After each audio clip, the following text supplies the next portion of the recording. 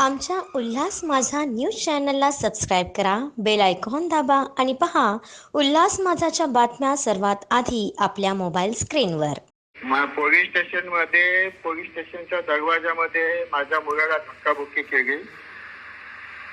माझ्या जागेचा या लोकांनी जबरदस्ती कब्जा घेतला आणि एकनाथ शिंदे हे महाराष्ट्रामध्ये गुन्हेगारांचं राज्य घडवण्याचा प्रयत्न करत आहे. एकनाथ शिंदे मुख्यमंत्री असले तर महाराष्ट्रभर फक्त गुन्हेगारच पैदा होते.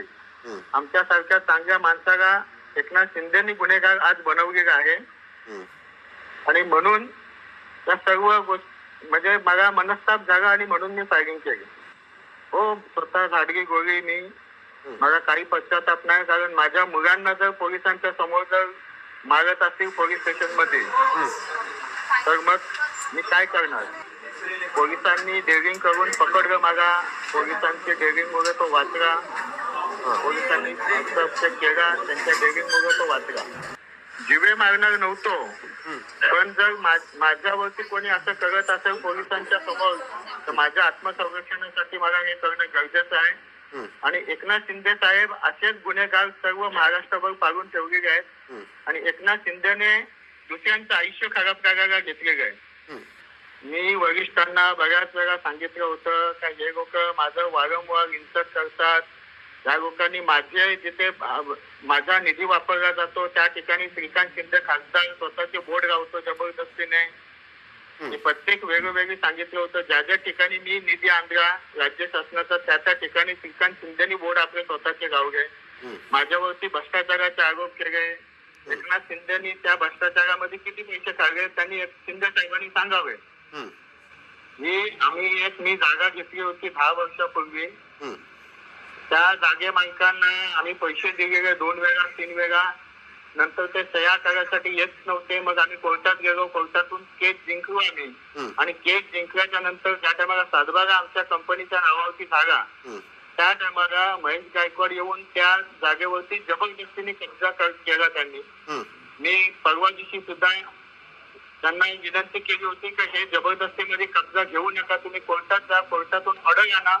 कोर्टातून ऑर्डर आणली तर लगेच आम्ही ही जागा तुमची तुम्हाला देऊन टाकू, पण तुम्ही कोर्टात जा, दादागिरी करू नका. पण त्यांनी काल परवा दिवशी सुद्धा दादागिरी केली आणि आज सुद्धा दादागिरीने पुन्हा कंपाऊंड सोडून आले ते लोक.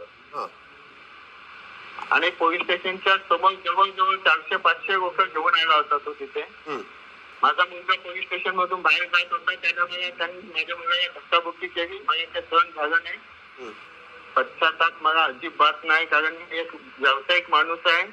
पण माझं आयुष्य जर खराब होत असेल माझ्या मुलांसाठी मी एवढं केलं आणि माझ्या मुलांना कोणी जर तिथे गुन्हेगार मारत असतील तर मी जगण्यात अर्थ नाही. एक बाप म्हणून आहे, माझ्या मुलाला कोणी मारत असेल तर मी कदापि सहन करू शकत नाही.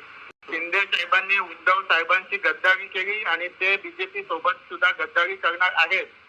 माझ्या सोबत सुद्धा गद्दारी केली. एकनाथ शिंदेकडे आजही माझे करोडो रुपये बाकी आहेत.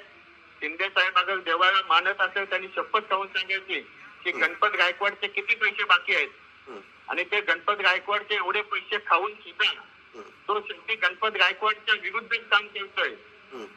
पुढे कोर्टाचा निर्णय असेल तो मला मान्य आहे, पण महाराष्ट्रामध्ये अशी गुन्हेगारी बंद करायची असेल तर एकनाथ शिंदेचा राजीनामा घेतला पाहिजे असं माझं वैयक्तिक मत आहे.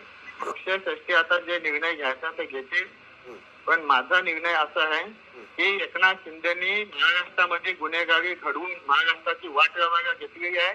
महाराष्ट्रामध्ये जर चांगलं ठेवायचं असेल तर एकनाथ शिंदेचा राजीनामा घेतला पाहिजे. हीच माझी विनंती आहे देवेंद्र भाऊंना पण आणि मोदी साहेबांना पण.